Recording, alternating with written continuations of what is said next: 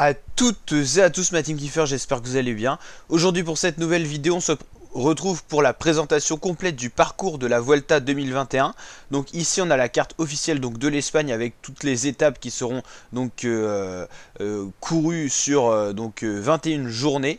Donc ça commence le 14 août et ça finit le 5 septembre. On suivra bien sûr cette édition de la Vuelta comme d'habitude en intégralité sur ma chaîne YouTube. Donc n'hésitez pas à vous abonner, activer la petite cloche des notifications pour ne rien louper de cette Vuelta 2021 avec une start list assez impressionnante. On l'a vu lors d'une précédente vidéo que vous pouvez retrouver sur ma chaîne YouTube dans la playlist Vuelta 2021 avec la présentation de toutes les équipes et de tous les coureurs présents sur cette édition.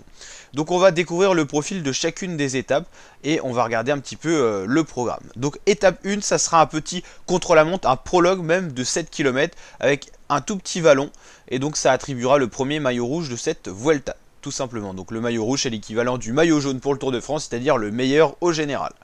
L'étape 2, ça sera dédié aux sprinteurs, une étape qui reliera la ville de Burgos à la ville de Gamonal sur 166 km. L'étape 3, ça sera la première arrivée en altitude, une arrivée intéressante, une arrivée sèche, c'est la seule montée vraiment importante de la journée, des pourcentages assez rudes, on pourra voir les premières défaillances et une première hiérarchie se dessiner au général sur l'étape de Picon à Blanco, 202 km, une étape donc comme vous le voyez assez longue. Étape 4, ça sera de nouveau pour les sprinteurs je pense, pour le 17 août.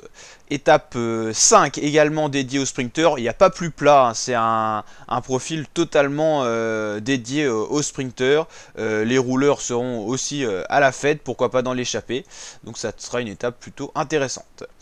Étape 6, il y aura une petite bosse à l'arrivée, l'équivalent d'un tout petit mur de Bretagne, donc à voir ce que ça pourrait donner, peut-être un puncher sprinter qui pourrait aller s'imposer sur cette étape 6 qui reliera la ville de Requena à la ville de l'Alto de la Montana. Alto ça veut dire col en espagnol tout simplement.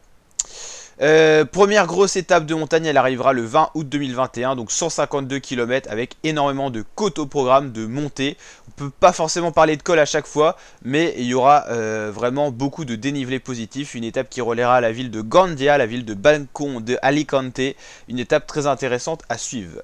Étape 8, étape parfaitement plate, une étape dédiée également aux sprinteurs, il y en aura beaucoup. C'est un profil pas très grimpant cette année hein, sur la Vuelta. Étape 9, ça sera une étape très intéressante, la première vraie étape de montagne qui reliera la ville de Puerto Lumbreras à l'Alto de la Velifeque. Une étape vraiment très intéressante à n'en pas douter. Étape 10, étape assez ouverte, il y aura un col, une descente et encore quasiment 20 km à parcourir en plaine, 10-15 même. Une étape assez ouverte je pense pour les échappés. Je pense qu'à ce niveau là, à la 10e étape, il y aura déjà de gros écarts au général. Donc pourquoi pas une échappée avec beaucoup d'avance qui pourra aller s'imposer sur ce genre d'étape qui reliera la ville de Roqueta de Mar à la ville de Rincón de la Victoria pour 190 km au programme. Le 25 août, on aura à faire une belle étape de montagne avec une arrivée en altitude, donc très intéressante. Étape assez courte, c'est souvent des étapes avec beaucoup d'attaques, très mouvementées, donc 133 km, très intéressant à suivre sur une étape qui pourra être très importante. Étape 12 qui reliera la ville de Jaén à Cordoba, étape ouverte je pense pour des baroudeurs. Étape 13 dédiée aux sprinteurs, un 203 km de plat. Étape 14, une belle étape de montagne avec une belle montée finale pour arriver à la ville de Pico Villuercas, 165 km au programme. 15e étape, également une très belle étape de montagne, mais ça sera une arrivée en descente, en faux plat descendant même.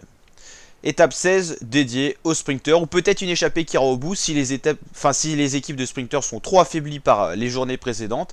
Il y aura un bel enchaînement, donc attention. Étape 17, ça sera une des étapes clés, hein. Là on sera vers la fin de la Vuelta. Je pense que déjà il y aura déjà de bons écarts au général de cette Vuelta. Une belle montée finale. L'étape 18, c'est peut-être la montée la plus dure en montée finale qu'on aura à faire. C'est l'Alto del Guamontiru. C'est une très belle montée, très intéressante, montée très sèche avec de très bons pourcentages, très intéressant. Étape 19, je pense pour une échappée, je pense pas qu'une équipe de sprinteurs verrouillera la course. Étape 20, ça sera une étape vallonnée, pas de quoi creuser de gros écarts au général, mais de quoi aller chercher une belle victoire d'étape pour des équipes qui n'auront peut-être pas encore réussi à s'imposer lors de cette Vuelta au bout de 20 étapes. Étape 21, ça finira par un contre-la-montre de 33 km 8 pour tout simplement décider de la hiérarchie finale de cette Vuelta. Donc ça sera très intéressant. Donc en tout cas ma team, on va suivre ça sur ma chaîne YouTube, donc n'hésitez pas à activer la cloche et à vous abonner, à partager la vidéo, à la liker si elle vous a plu, et je vous dis à très bientôt pour de prochaines vidéos. Toutes les vidéos sur le Tour d'Espagne seront retrouvées dans la playlist Vuelta 2021 sur ma chaîne YouTube, donc n'hésitez pas à les checker pour ne rien louper, et allez voir également les autres vidéos sur la chaîne, peut-être qu'il y aura du contenu qui pourra vous intéresser. Allez, ciao mes fratés, et à très bientôt pour de nouvelles vidéos. Ciao!